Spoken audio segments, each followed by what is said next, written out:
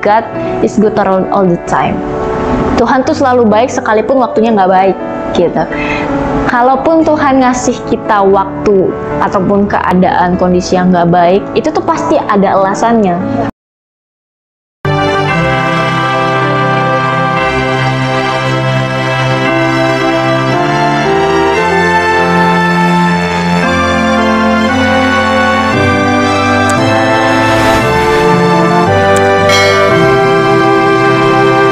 Nah, terus nih, aku mau nanya, Michelle ini kan kalau ketemu, jujur nih ya, aku kan sering ketemu Michelle, kalau misalnya apalagi OSIS gitu kan, Michelle ini tuh orangnya tuh asik banget, ceria banget gitu, tapi kan kita nggak tahu nih belakangnya kayak mana.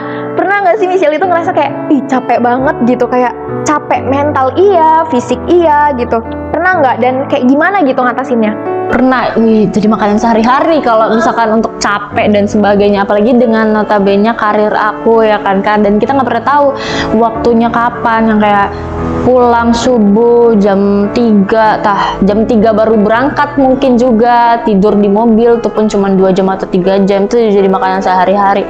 Capek pasti iya, karena kan balik lagi ke yang aku bilang tadi, dunia entertainment tuh kejam banget gitu. Capek di fisik, capek di batin, capek di pikiran, capek di mental, itu pasti banget.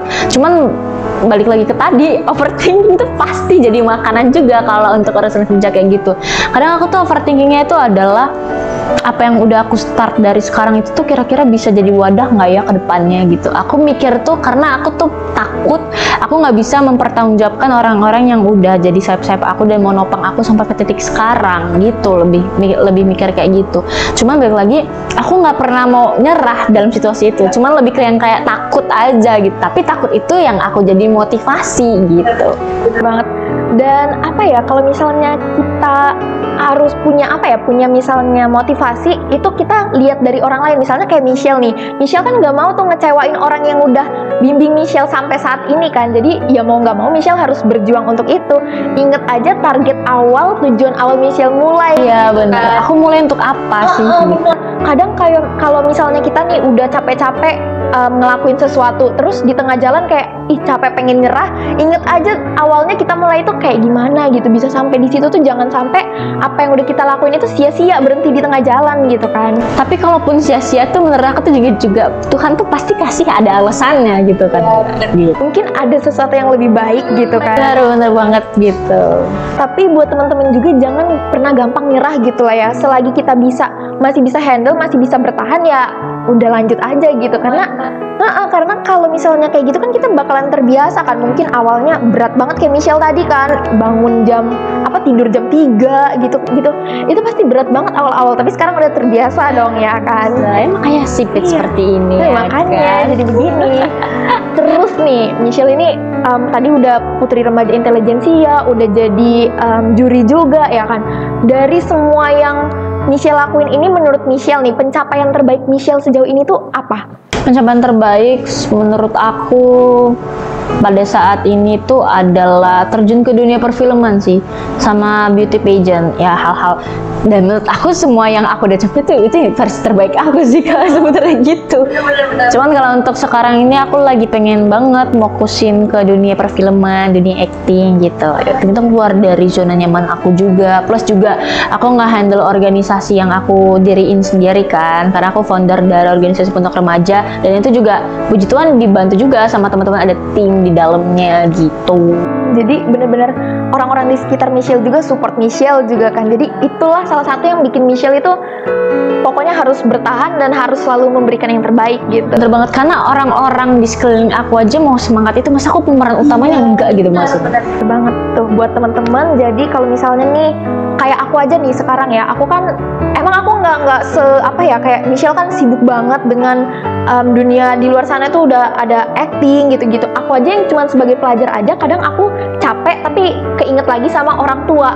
Nah, karena itu alasan aku kayak kadang capek banget, baru mau belajar nih misalnya ya males gitu, tapi keinget orang tua tiba-tiba.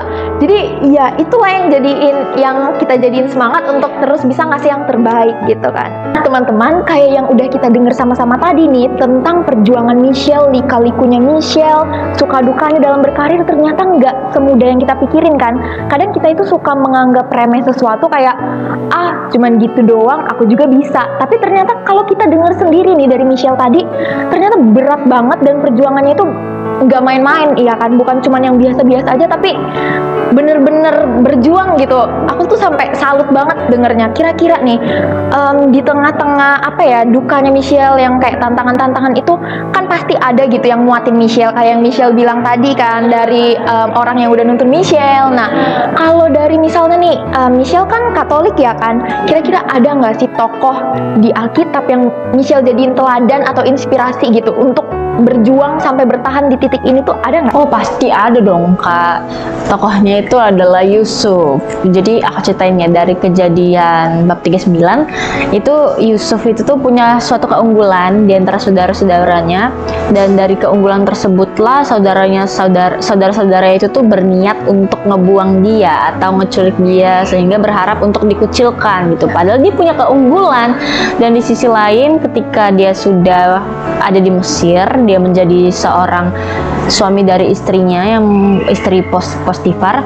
Kemudian tuh istrinya pun memfitnah dia. Jadi udah istilahnya tuh banyak orang yang nggak suka sama dia lah. Di lingkup keluarga dia sendiri aja dikucilkan, bahkan di keluarganya yang dia bentuk rumah tangganya dikucilkan, hingga pada suatu saat dia difitnah dan dimasukkan ke penjara. Namun di penjara tersebut dia bisa menafsirkan mimpi-mimpi bahkan Raja Israel, Raja Mesir, dan pada saat itulah Yusuf ini menjadi pemimpin tertinggi di Mesir. Itu aku relatin ke hidup aku tuh adalah bahwasanya God is good around all the time. Tuhan tuh selalu baik sekalipun waktunya nggak baik gitu. Kalaupun Tuhan ngasih kita waktu ataupun keadaan kondisi yang nggak baik, itu tuh pasti ada alasannya. Pasti banget ada alasannya. Entah karena memang Tuhan ngasih aku kayak gini, tapi ternyata nggak jadi. Kadang gini, manusia tuh punya rencana, tapi Tuhan punya keadaan gitu. Dan itu sih yang ngebuat aku related sama diri aku, mau 1001 orang punya cara untuk ngejatuhin kamu, tapi kalau kata Tuhan kamu baik-baik aja, kamu bakal baik-baik aja gitu. Gak bakal bisa, karena notabene tuh siapa kita menghakimi manusia gitu, karena kita sama manusia gitu jatuhnya gitu sih Bun, kurang lebih kalau untuk inspirasinya tuh dari Yusuf itu. Cuman kalau untuk ayat yang paling aku suka tuh dari Mazmur tuh ada bilang kayak gini, be still and know that I am God. Tetaplah diam dan ketahuilah akulah Tuhan. Sedep kicep semua tuh. Oke gitu. Jadi tenang aja, mau digimanain. Karena menurut aku tuh ada 3 hal yang kita tuh nggak perlu mikirin itu, karena semuanya tuh udah diatur. Yang pertama itu adalah rezeki, jodoh, sama kebahagiaan. Dan itu semua tuh datang di waktu yang tepat ya kan, sesuai dengan waktunya Tuhan. Jadi buat temen-temen nih yang sekarang ini masih nyanyain waktu yang Tuhan kasih dan belum bersyukur sama waktu yang Tuhan kasih untuk kita, mulai berubah dari sekarang gitu kan. Karena bener-bener waktu yang Tuhan kasih sekarang itu nggak akan bisa kita dapetin di waktu yang akan datang lagi kan. Jadi jangan sampai teman-teman nyesel. Karena gini, aku tuh suka miris dan sedih ketika ngelihat orang-orang seumuran kita itu nyanyain waktunya. Kayak misalnya mereka bisa ngelakuin hal-hal yang lebih bermanfaat, tapi mereka pakai untuk santai-santai. Maksudnya santai itu boleh, quality time itu boleh, cuman ada batasnya dan kita harus bijak gitu kan dalam memberikan waktu untuk ke diri kita sendiri. Jangan sampai itu justru jadi bumerang yang bikin kita malah males dan jatuhnya ngerusak masa depan sendiri gitu kan, wasting time untuk hal-hal yang useless gitu. Kalau dilihat dari yang Michelle omongin tadi nih kan, di tengah kesibukan Michelle yang padat banget di luar sana dan juga masih sekolah juga kan, Michelle juga pasti punya hal-hal lain kan yang ada di pikiran Michelle gitu. Itu cara Michelle memanage waktunya itu biar semuanya bisa jalan bareng-bareng dan gak ada yang berat sebelah yang kayak tadi aku bilang. Itu kayak gimana sih? Iya. Kalau untuk time management orang itu kan beda-beda ya kan Kak. Kalau dari aku pribadi untuk ngebentuk time management itu adalah pilih yang utama dari kata penting. Karena semua kegiatan yang emang kalau misalkan kita mau buat time management itu kan pasti penting semua tuh, mau kecil kegiatannya apapun itu.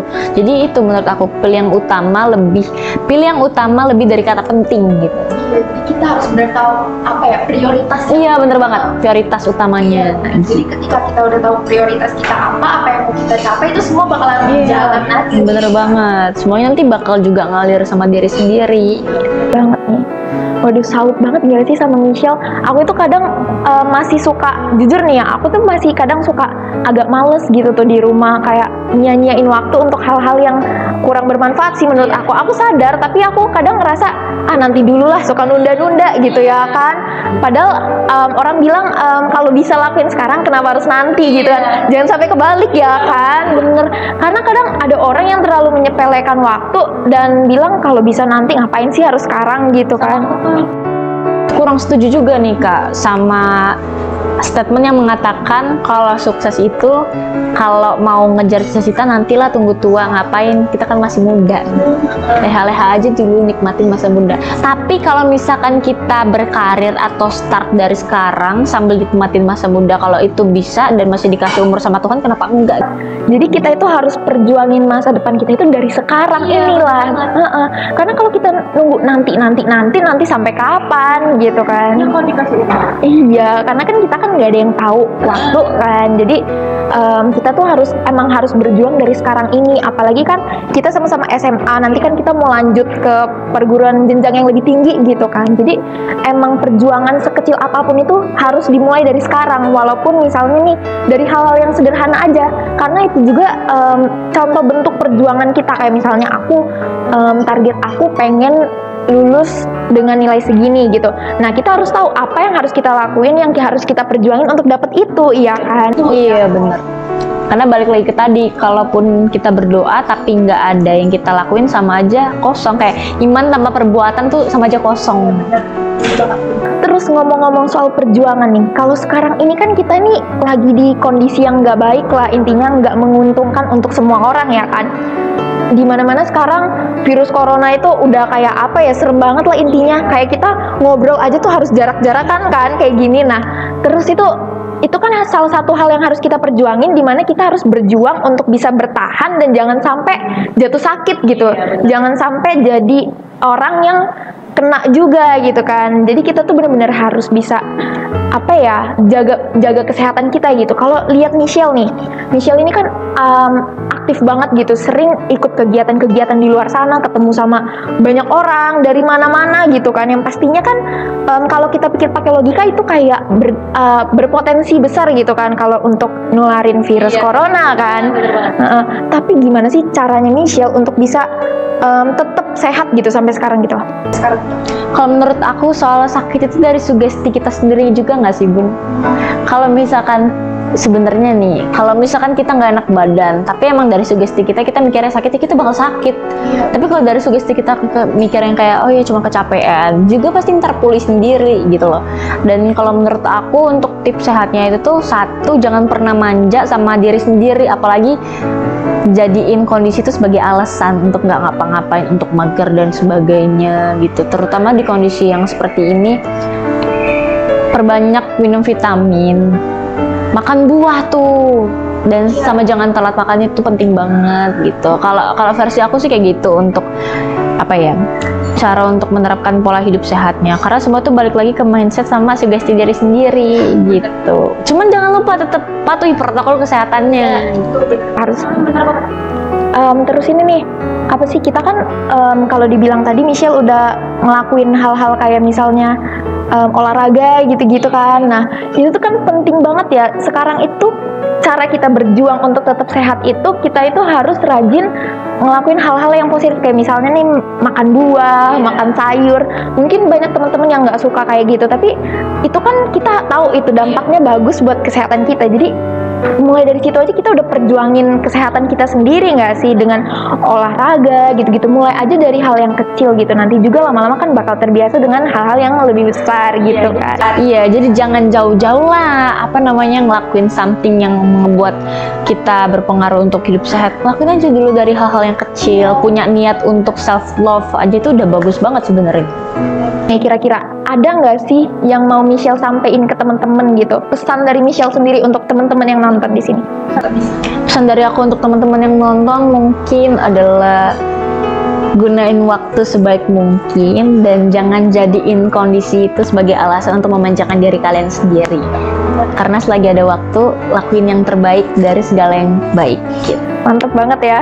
Dan inget nih ayat di Amsal 23 pasal 23 ayat 18. Karena sesungguhnya masa depan itu ada, dan buat teman-teman jangan pernah khawatir tentang masa depan, karena emang masa depan itu udah dipersiapkan sama Tuhan. Tetapi kita harus ingat juga masa depan, kalau kita mau masa depan yang baik, kita juga harus berjuang dari sekarang dong ya kan. Jangan udah masa depan udah disiapin Tuhan, aku mulai hal-hal aja. Enggak gitu konsepnya. Salah itu konsepnya kalau kayak gitu teman-teman. Jadi mulai berjuang dari sekarang dan tetap percaya bahwa masa depan yang Tuhan berikan kepada kita itulah yang terbaik. Iya, iman tanpa perbuatan sama aja kosong. Oke, jadi sekian dulu ngobrol-ngobrol santuy kita hari ini. Jangan lupa untuk share, juga like, komen, subscribe juga YouTube channelnya biar makin berkembang. Sekian dari kita, sampai jumpa di Suman Mel's Corner berikutnya. See you!